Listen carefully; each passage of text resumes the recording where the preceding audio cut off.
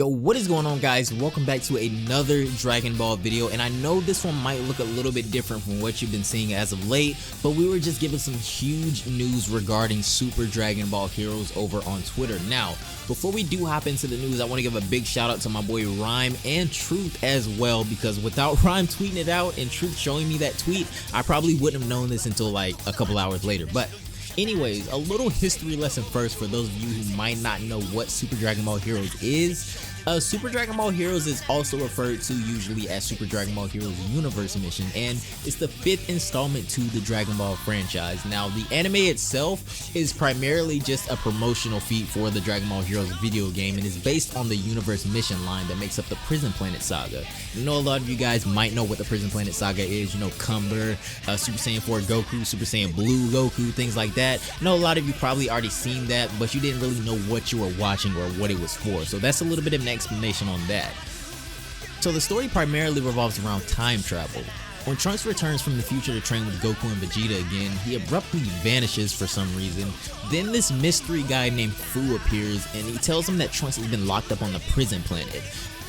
I don't want to give too much more away if you haven't, caught up and you want to binge watch it all, but the news that we just acquired today was that Super Dragon Ball Heroes World Mission has been rated by the Australian Classification Board.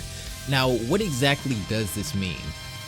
Well, originally only the Switch title was confirmed for release in Japan of next year, but the Australian rating in turn suggests that Bandai might be planning to bring the game worldwide. And if the game does decide to head westward, which I'm pretty sure it will, there'd be no reason for it to get rated in Australia if it wasn't heading westward.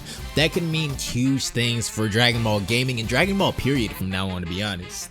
Now, when I say Dragon Ball gaming, I say that because there's certain things that Bandai Namco in the western portion of the world can't do because of licensing issues with their JP counterpart. Now, when I say Dragon Ball gaming, I say that mainly because there's certain things that Bandai Namco in the western side of the world can't do because of licensing issues with, their Japanese counterparts. Now, when I say Dragon Ball gaming, I say that mainly because there's certain things that Bandai Namco in the western portion of the world has issues doing because of, their JP counterparts, so the JP portion of the company.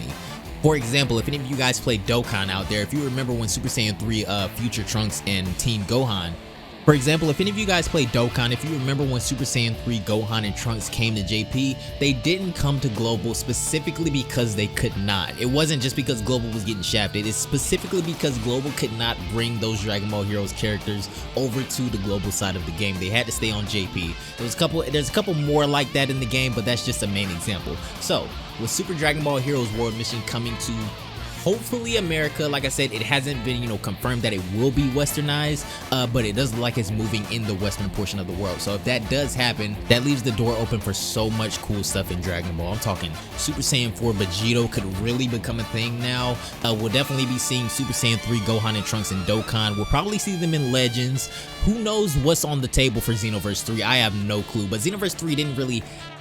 But I have faith that Bandai and Dimps have something so dope planned for Xenoverse 3 that I'm not even worried about it. Now, I could be wrong, but I hope not. But this Super Dragon Ball Heroes stuff leaves the door open for so many things in the Dragon Ball community. That, alongside the Dragon Ball Super Broly movie coming, what we know about the Dragon Ball Super Broly movie, if you haven't seen any of the spoilers videos, I won't give you any details in this video. I'll spare you of that, I promise. But with everything happening in Dragon Ball as of late, this year, and I'm probably gonna say that next year is probably gonna be one of the best years that anime will ever have. It's looking like that. I really hope next year is one of those years. That'll be good for all of us. But let me know how you guys feel about Super Dragon Ball Heroes down below. If you haven't seen any of it yet, I suggest you go watch it. It is a really cool concept. The first episode will probably throw you through a little bit of a loop, but I promise it is really cool. Just give it a chance. Anyways, that's gonna be it for this one. Have a great day, and I will see you all in the next video. Bye, guys.